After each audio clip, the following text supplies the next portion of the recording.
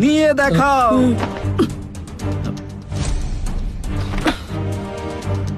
কার কাজ এটা?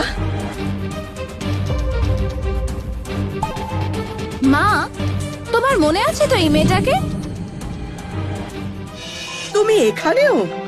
ম্যাডাম, বেচারা হেমা আন্টি, উনি এখনো অজ্ঞান হয়ে আছে। আর এই মেয়েটা জেল থেকে ছাড়া পেয়ে নিজের চাহিদা মেটাতে চলে এসেছে আমার দাদার মাথাটা খাবে বলে। না ম্যাডাম, আমার মেয়ে সেরকম কিচ্ছু করেনি। আপনার ছেলে আর মেয়ে মিলে আমার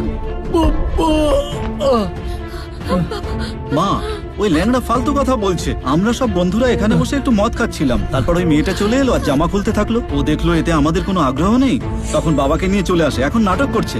কি ঠিক বললাম তো? হ্যাঁ ম্যাডাম, আমরা বড় লোক হতে পারি কিন্তু আমরা বোকা নই।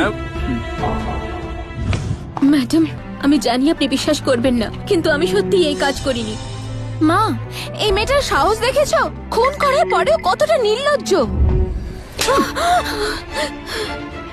আমার ছেলেকে পটাতে এসেছিলি?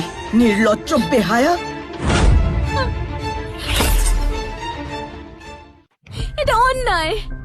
মা, আমার মনে হয় এই মেয়েটা নির্দোষ হওয়ার নাটক করছে যাতে সবাই ওকে বিশ্বাস করে। আমার তো মনে হয় এটা ওর প্ল্যান ছিল। প্রথমে ওর মা বাবার অপমানের প্রতিশোধ নেওয়ার জন্য এমা আন্টিকে সিঁড়ি থেকে নিচে ধাক্কা মারলো, আর এখন ও আমাদের পরিবারের পেছনে পড়ে আছে কারণ ওকে আমরা জেলে পাঠিয়েছিলাম। তাই দাদাকে ফাঁসাতে এসেছে এখানে। মনে হয় জেলের 5 বছরেও তুই কিছু শিক্ষা পাসনি। আবার তোকে ওখানেই পাঠাতে হবে যাতে কিছু শিক্ষা পাস।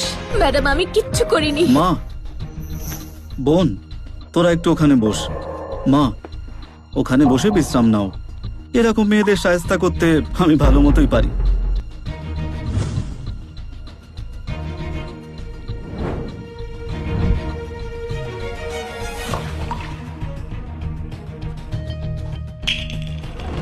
এটা খেয়ে নাও, তাহলে যেতে দেবো।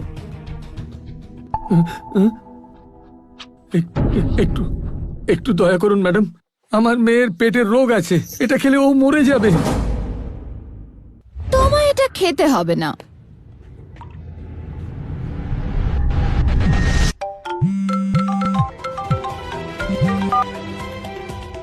বলো, জ্ঞান ফিরে গেছে?